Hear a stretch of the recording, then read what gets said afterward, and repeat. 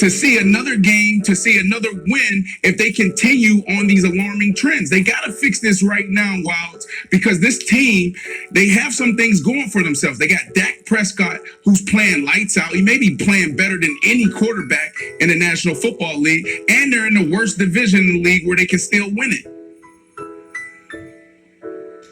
Guys, I feel like you're all crazy. I feel like everyone's lost their minds on this show, Jenna. We're like, should Dallas be worried? I don't know. They should be 0-4. Yeah, they should be worried. We're not on this show being like, huh? I don't know. Mike, what do you think about the Jets? What do you think about the Jets? Do you think the Jets can make it to Tampa for the Super Bowl? No, obviously not. They're a squib kick away in an epic, mind-blowing meltdown from the Falcons of being 0-4. And we're sitting here being like, huh? Nick's like, I don't know, guys. I take integrity. I'm not ready to give up on the Super Bowl. What are you talking about? Guys, is it over? Is it over, Wilds? Is it over, Wilds? Wilds is gave up 7,000 yards to the Browns, and Jarvis Landry's out there like Johnny Unitas. Yeah, it's over. It's done. What are you talking about? I'm sorry, Nick. Tell me I'm wrong. Look, I mean, Super Bowl. It's still early, Jenna. Go, Brandon, go. Yeah, it's no, it's still early. You just gotta fix those two things. Exactly. The only reason I brought up the division is because if there is a way for Mike McCarthy to figure something out with that defense, they have some cushion to work with. They have a division that's horrible. They can't do anything. So they can trip over themselves, and they have that grace period of a couple weeks. You know you have your quarterback. You know your others. Jenna, you know the scary part is turnovers, they can fix that. Go ahead, Mike. The scary part about all this is, I think as you look around, as the Dallas Cowboys look around on defense and try to figure out who they can plug in, who can, create a spark on the defense, other than DeMarcus Lawrence and Aldon Smith, you really don't have any guys. I mean, at this point in the season, you got defense, you got to play the man of zone, stick to it, because you don't really have too many options at this point, and it can go downhill from here. Where does Coach Nolan come from? Where does Coach Nolan, where did he start? Where did he come from? He came from the Baltimore Ravens, and they all run these very difficult, yes, but before then, he used to run that Baltimore Ravens defense, and they do so much, and they throw so much at you, and you can confuse yourself. They need to simplify it. To your point, cover one, cover two. You got a quarterback who can obviously go for 450 yards any given Sunday. Let him win the game for you. Just don't mess it up.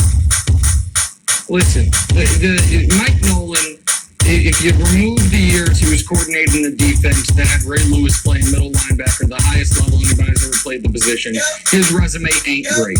Mike, you mentioned DeMarcus Lawrence. DeMarcus Lawrence has as many sacks in his last 450 snaps as I do.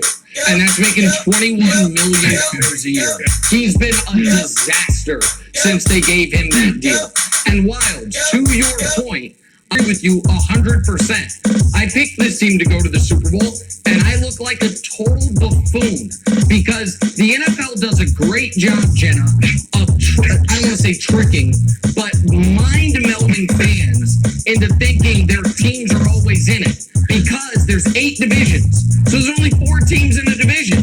So you're only competing with 3 other teams. So no matter how bad you start the year, it's like, well, we're always alive in the division. That's great. That's a hell of a story if you are a team that came into the year saying, if you're the Arizona Cardinals and you're upset about the last 2 weeks, it's like, well, we're at least though we're still maybe alive in the division because the goal was just make the playoffs. The Cowboys' goal was to make the Super Bowl for the first time in a quarter century, make the conference championship game for the first time in a quarter century. And this idea that they're a good come from behind team, no, they're not. They've been behind all 4 games. They only won 1 of them.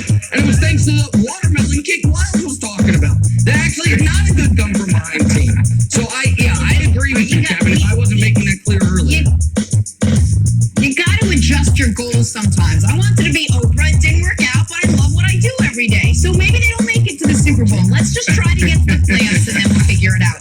Next up for the Cowboys, by the way.